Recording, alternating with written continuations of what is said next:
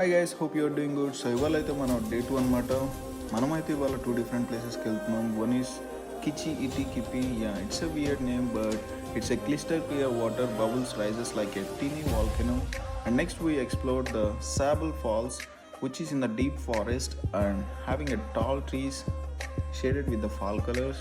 And the trail ends opens to the edge of the blue ocean, which is really awesome to watch.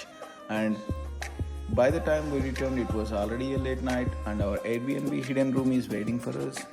So it was actually preferred for the taking shelter when it is thunders and lightning storms.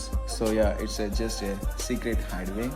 Stay tuned for the Iceland adventure next. Thank you.